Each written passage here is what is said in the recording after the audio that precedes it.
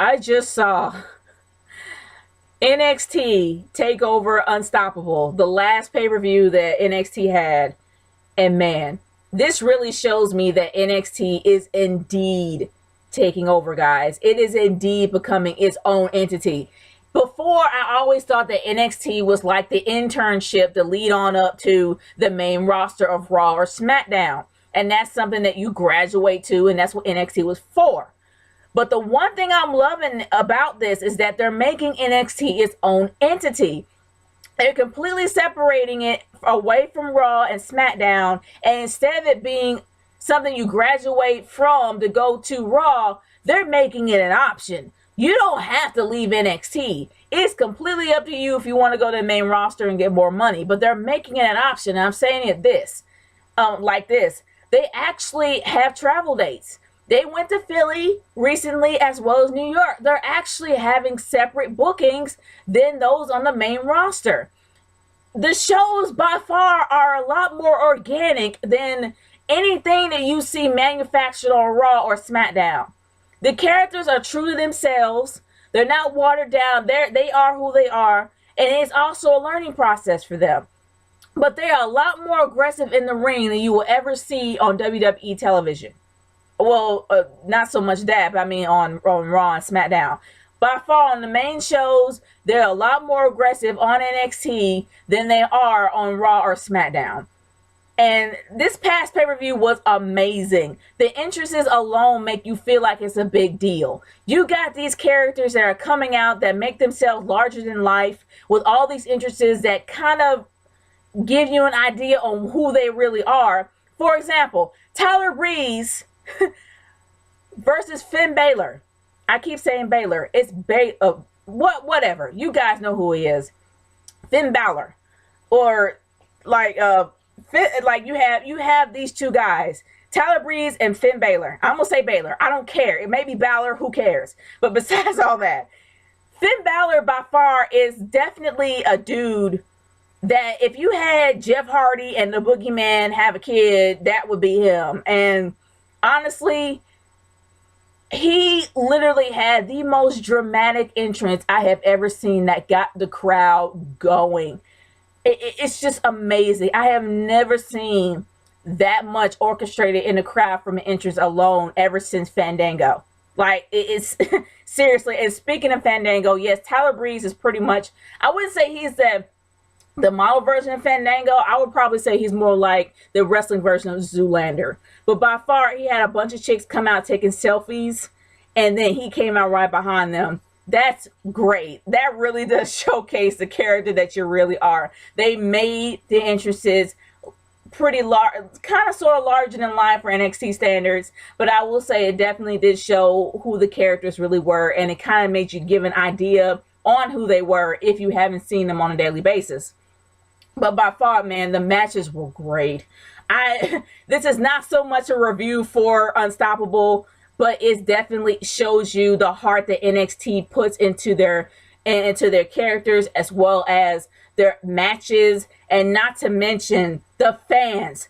Oh my gosh, the fans are excited every single time they see an NXT match. They're excited throughout the entire match, and it's not 3 hours long. Not to mention the fact that they were very respectable for one of the Divas matches that usually these days you have men shout out all kinds of obscene ridiculousness throughout every single type of match you see on Raw or SmackDown. But when you had, in my opinion, one of the main events of the night, and up there with pretty much at the top 10, I would say it's number 2 so far with Divas matches, and I got not up there, not beating Charlotte or Natalya, but you got Sasha Banks, the boss, versus Becky Lynch. By far, that was an awesome match. And they were very respectful to Becky Lynch when she lost. Very respectful. Gave her mad props. Because those chicks went to town. They weren't so dainty and slapping each other and pulling their hair. They were beating each other up. And honestly, that was a great match. Up there with Natalya. Not surpassing it, but it's up there with Natalya and Charlotte. And I tell you, And also, he had a really great tag team match. Emma is at her best as a heel. She looks a lot better. You can tell that she's a little bit happier. But even though she's a heel, you know, it's better for her. And she had a tag team match, and it looked really, really great, guys. Honestly. But here's my thing. You got a great package like NXT, and what makes me happy is it's a separate entity. And also seeing that on Raw, you saw Kevin Owens that pretty much went from NXT to Raw, has a match with Cena. You can tell there were NXTers all over the place. And I guess not only to promote NXT, but also to show that, hey guys, the future is here. It's time to move forward. NXT is taking over. And it is, by far. Why can't Raw get this idea? Why can't SmackDown get this idea? Why can't any pay-per-view or for the main roster get this idea? Seriously, you would have happier fans if you actually did have real wrestling instead of just entertainment all the time. And I have never seen people so happy in my life for an NXT show. And this is for a smaller arena at Full Sail University in Florida. You have very happy people every single night. You don't have to have things larger than life. You don't have to recycle storylines. You don't have to put a lot of storylines in there. Just make the show interesting by having an interesting match. You can do it. You pull it off for some of your pay-per-views. You can pull it off for your main roster. So my question is, why haven't they been able to do this ever? They should really take a page from NXT and just show that, hey, it's time to grow and move forward and reinvent new things. Not just to go back in the past and rehash the old and take the dust off and blow the dust off of it and throw it back out there again and see if it works. It don't work that way anymore. People aren't that stupid. They can tell something that's been done over and over and over and over and over again. They're not that dumb. And, you know, they're not that stupid. They can be a bit naive, but they're not that stupid. But by far, guys, I really feel like NXT is indeed taking over. The future is definitely here. And I really believe in my heart of hearts that Vince McMahon is definitely starting to take a step back.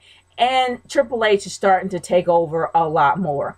And I hate to say it. Well, actually, I'm not hating to say it. I think it's great. I think it's a great idea. And I really hope that he does take over because he's doing a great job with NXT.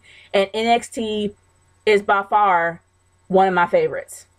But guys, I want to hear your thoughts. Do you believe that NXT is the future of the WWE? Do you believe that it's really taking over? Do you believe that it would actually do well as its own entity and not be attached to the main roster and not having to be something you graduate to, but as its own company by itself and a major company? Because I feel it's going to do great, and I feel it's going to do far better than Raw and SmackDown alone. That's just me. But I want to hear y'all's thoughts. What are your thoughts about NXT? Do you think it's taking over? Do you think it's going to go further? Do you think it's going to be better than Raw and SmackDown? Do you think it's better than Raw and SmackDown? I want to hear your thoughts. Leave a comment in the comment section below and send a video response of your thoughts about NXT. I want to hear y'all's thoughts. I want to just to put it out there because I'm curious to hear what you guys really think about it. It's Nature Girl 30 signing off. Peace out, guys. Later.